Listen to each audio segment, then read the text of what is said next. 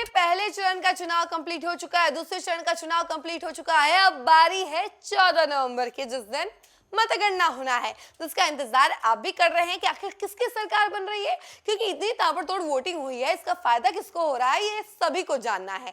तो उसी के बारे में हम आपको बताएंगे, लेकिन उससे पहले नमस्कार, न्यूज़ फॉर नेशन देख रहे हैं आप और मैं हूं सानिया आपके साथ।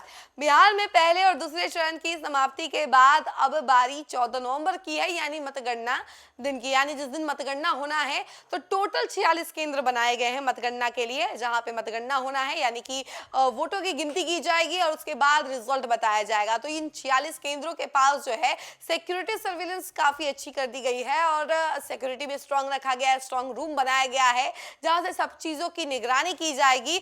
और अगर बात की जाए शिकायतों की और चुनाव आयोग की, तो देखिए पहले चरण में 5 शिकायतें आई थी और 5 शिकायतों का जल्द ही निपटारा कर दिया गया था।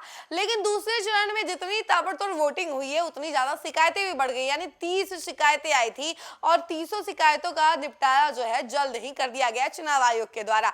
लेकिन इसके बाद अब इंतजार सभी को 14 नवंबर का है, क्योंकि सब जानना चाहते हैं कि आखिर सरकार किसकी बनेगी और जो वोटिंग इतनी बढ़ी है इसका फायदा किसको हो रहा है, ये सभी को जानना है। तो इन 46 केंद्रों के बारे में हम जरा आपको विस्तार से बताते हैं कि आखिर कहां कहां कैसे जो है मतगणना होना है और इसके अलावा किन किन जगहों पे ये केंद्र बनाए गए हैं, इसके बारे में हम जरा आपको विस्तार से बताते हैं। बिहार विधानसभा चुनाव के दूसरे चरण के मतदान के बाद पटना समेत राज्य के 46 मतगणना केंद्रों पर 14 नवंबर को वोटों की गिनती होगी। सभी मतगणना केंद्रों के समीप स्थित स्ट्रांग रूम वृक्षगृह में 3 चक्रों में सख्त सुरक्षा के इंतजाम किए गए हैं। मंगलवार को बिहार के सीईओ विनोद सिंह गुंजियाल ने बताया कि सभी संबंधित जिलों में मतगणना केंद्रों एवं स्ट्रांग रूम पर सीसीटीवी कैमरे के माध्यम से निगरानी की जा रही है। इन स्थलों पर उम्मीदवारों और उनके मतगणना अभिकर्ताओं को भी निगरानी में मौजूद रहने के इंतजाम किए गए हैं। मतगणना केंद्रों पर तय समय में भी सभी ईवीएम लाई जाएंगी और वहां वोटों की गिनती की जाएंगी। इसके अलावा इसके लिए जो है सभी जिलों के जिला निर्वाचन पदाधिकारी सह जिलाधिकारी को चुनाव आयोग के दिशा निर्देश का सख्ती से पालन करने का निर्देश दिया गया है। उन्होंने बताया कि 2 दिन पूर्व सभी स्ट्रांग रूम की मुख्यालय से अधिकारियों की टीम भेजकर जांच कराई जाएगी।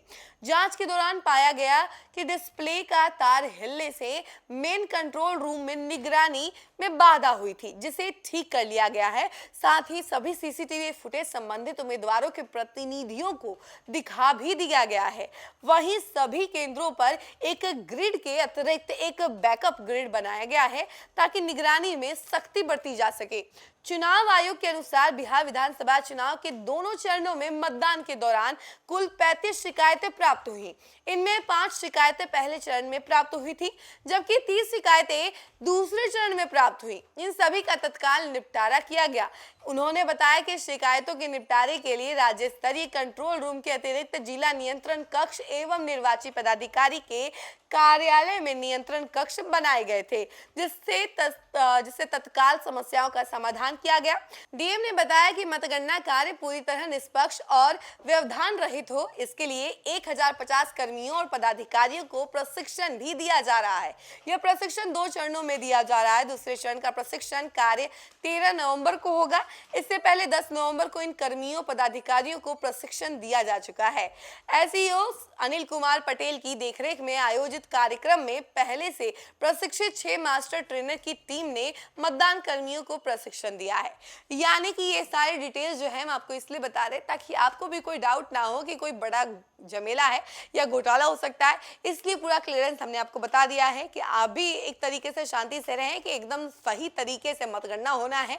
वोटिंग परसेंटेज जो जिस तरीके से आगे बढ़ा है उसी की तरह अब जो मतगणना है वो भी क्लियर रहेगा और इसमें भी कोई घोटाला नहीं आएगा सामने, क्योंकि इसको लेकर सारी चीजें जो है बता दी गई हैं प्रशासन के द्वारा। और ये क्लियर है कि वोटिंग का जो गणना है, मतगणना है, यानी कि वोटिंग काउंटिंग जो है वो क्लियर रहेगी और जो जीतेगा वही आगे बढ़ेगा, यानी कि जिसके लिए सबसे ज्यादा वोट होगा, यानी जो जनता जिसको सबसे ज्यादा पसंद करती है वही जीतेगा। तो देखिए आने वाले समय में क्या होता है, तब तक के लिए आपको इंतजार करना होगा और देखते रहना होगा न्यूज़ फॉर नेशन। धन्यवाद।